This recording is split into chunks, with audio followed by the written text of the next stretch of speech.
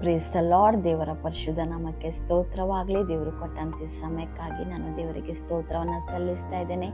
ಎಲ್ಲರೂ ಈ house of god ನಿರೀಕ್ಷೆ ನುಡಿ ಕಾರ್ಯಕ್ರಮಕ್ಕೆ ನಿಮ್ಮೆಲ್ಲರನ್ನ ಆತ್ಮಿಕವಾಗಿ ನಾನು ಬರಮಾಡಿಕೊಳ್ತಾ ಇದ್ದೇನೆ. ಈ ದಿನದ ದೇವರ ವಾಕ್ಯ ಕೀರ್ತನೆಗಳು 42ನೇ ಅಧ್ಯಾಯ ಅದರ 11ನೇ ವಚನ. ಈ ವಚನ ಹೀಗೆ ಹೇಳುತ್ತೆ: ನನ್ನ ಮನವೇ, ನೀನು ಕುಗ್ಗಿ ಹೋಗಿರುವುದೇನು? ಹೀಗೆ ವ್ಯಥೆ ಪಡುವುದೇಕೆ? ದೇವರನ್ನು ನಿರೀಕ್ಷಿಸು, ಆತನೇ ನನಗೆ ರಕ್ಷಕನು, ದೇವರು ಆಗಿದ್ದಾನೆ. ನಾನು ಇನ್ನೂ ಆತನನ್ನು ಸ್ತುತಿಸುತ್ತಿರುವೆನು. ಹಾಲೆಲೂಯಾ. Praise the Lord. ಪ್ರಿಯರೇ, ಈ ದಿನದಲ್ಲಿ ದೇವರು ನಮ್ಮೊಟ್ಟಿಗೆ ಮಾತನಾಡ್ತಾ ಇರುವಂಥ ಮಾತು, ನನ್ನ ಮನವೇ, ನೀನು ಕುಗ್ಗಿ ಹೋಗಿರುವುದೇನು?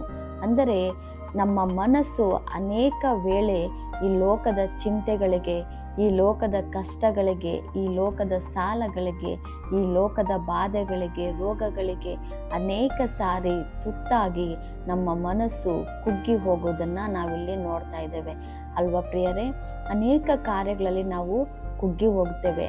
ನಾವು ನಂಬಿರುವಂಥ, ನಾವು ಪ್ರೀತಿಸುವಂಥ ಜನರೇ ನಮಗೆ ಅನೇಕ ಬಾರಿ ಅವರು ಮೋಸ ಮಾಡುವುದನ್ನು, ನಾವು ಯಾರನ್ನ ತುಂಬ ಒಂದು ಒಳ್ಳೆಯ ವ್ಯಕ್ತಿಯಾಗಿ ನಾವು ಕಾಣ್ತಾ ಇರ್ತೇವೋ ಅವರೇ ನಮ್ಮ ಹಿಂದೆ ನಮಗೆ ಗೊತ್ತಿಲ್ಲದ ಹಾಗೆ ನಮಗೆ ಕೆಟ್ಟದನ್ನು ಬಯಸುವಾಗ, ಈ ರೀತಿಯಾಗಿ ಅನೇಕ ವೇಳೆ ನಾವು ಏನು ಮಾಡ್ತೇವೆ ಅಂತಂದರೆ ನಮ್ಮ ಮನಸ್ಸು ಕುಗ್ಗಿ ಹೋಗುತ್ತದೆ. ನಾವು ಈ ವ್ಯಕ್ತಿಯನ್ನು ಎಷ್ಟೋ ನಾನು ನಂಬಿದ್ದೆ, ಪ್ರೀತಿ ಮಾಡ್ತಾ ಇದ್ದೆ, ಆದರೂ ಈ ವ್ಯಕ್ತಿ ನನ್ನನ್ನು ಈ ರೀತಿಯಾಗಿ ಮಾಡಿದ್ಲಲ್ಲ ಎಂಬುವಂಥ ಒಂದು ಕೊರಗು ಮನುಷ್ಯನ ಮನಸ್ಸನ್ನು ಆವರಿಸಿಕೊಳ್ಳುವಂಥದ್ದಾಗಿದೆ.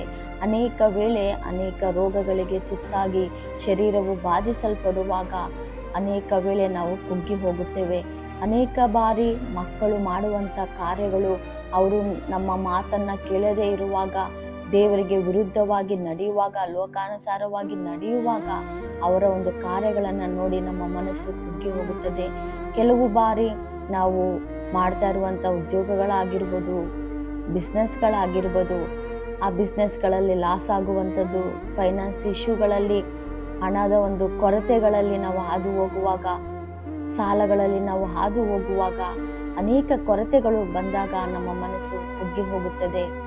ಇನ್ನೂ ಅನೇಕ ಬಾರಿ ಮಕ್ಕಳಿಗೆ ಮದುವೆ ಮಾಡಬೇಕು, ಒಂದು ಒಳ್ಳೆ ಜಾಬ್ ಆಗಬೇಕು, ಎಜುಕೇಷನ್ನು ಎಂಬುದಾಗಿ ಅನೇಕ ವಿಚಾರಗಳಿಗೆ ಒಳಗಾಗಿ ಮನಸ್ಸು ಕುಗ್ಗಿ ಹೋಗುತ್ತದೆ. ಕೆಲವೊಂದು ಸಾರಿ ಒಂಟಿತನಗಳಲ್ಲಿ, ಕೆಲವೊಂದು ಸಾರಿ ಹೇಗೆ ಕುಟುಂಬನ ನಡೆಸಿಕೊಂಡು ಹೋಗಬೇಕು ಅನ್ನುವಂಥ ಅನೇಕ ಜವಾಬ್ದಾರಿಗಳಲ್ಲಿ ಮನಸ್ಸು ಕುಗ್ಗಿ ಹೋಗುತ್ತದೆ.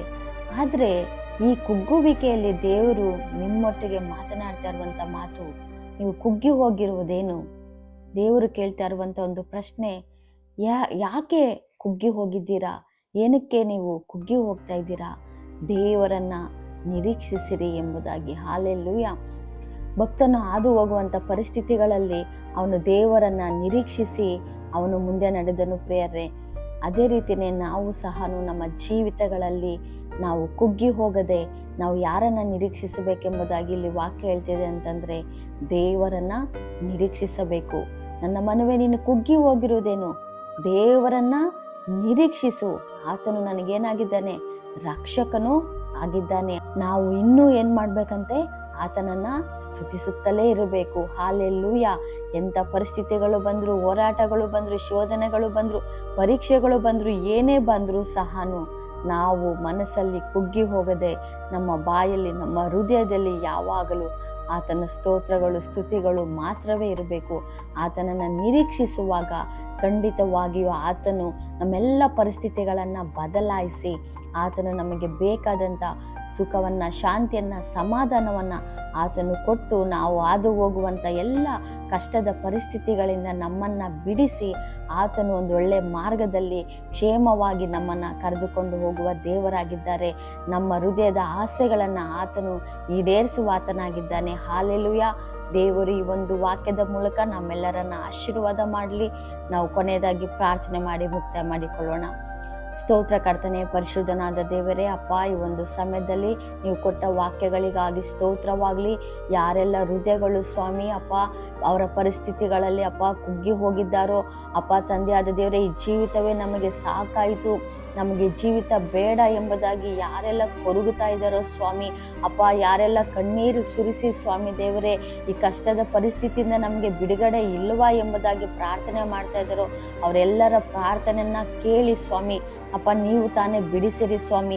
ಹೌದು ಸ್ವಾಮಿ, ನಿಮ್ಮನ್ನು ನಿರೀಕ್ಷಿಸುವಾಗ, ನಿಮ್ಮಲ್ಲಿ ಭರವಸೆ ಬಿಡುವಾಗ, ನಾವು ಇನ್ನೂ ಸ್ತುತಿಸುತ್ತಲೇ ಇರುವಾಗ ಸ್ವಾಮಿ ನಮ್ಮೆಲ್ಲ ಪರಿಸ್ಥಿತಿಗಳನ್ನು ಬದಲಾಯಿಸುವ ದೇವರು ನೀವಾಗಿದ್ದೀರಿ ಅಪ್ಪ. ನೀವು ಹಾಗೆ ಮಾಡಿರುವುದಕ್ಕಾಗಿ ಸ್ತೋತ್ರವಾಗಲಿ. ಪ್ರತಿಯೊಬ್ಬರ ಜೀವಿತಗಳು ಬದಲಾಯಿಸಿದ್ದಕ್ಕಾಗಿ ಸ್ತೋತ್ರವಾಗಲಿ. ನಜರೇತಿನ యేసయ్య ನಿನ್ನ ಅಧಿಕಾರಗಳ ನಾಮದಲ್ಲಿ ಪ್ರಾರ್ಥಿಸಿ ಬೇಡಿ ಹೊಂದಿದ್ದೇವೆ ತಂದೆ, ಆಮೇನ್. ಪ್ರೇಸ್ ದಿ ಲಾರ್ಡ್ ಪ್ರಿಯರೇ, ಈ ಒಂದು ವಾಕ್ಯ ಸಂದೇಶವು ಇತರರಿಗೂ ತಲುಪುವ ಹಾಗೆ ಇದನ್ನು ಲೈಕ್ ಮಾಡಿರಿ, ಸಬ್ಸ್ಕ್ರೈಬ್ ಮಾಡಿರಿ ಆ್ಯಂಡ್ ಶೇರ್ ಮಾಡಿರಿ. Thank you and praise the lord.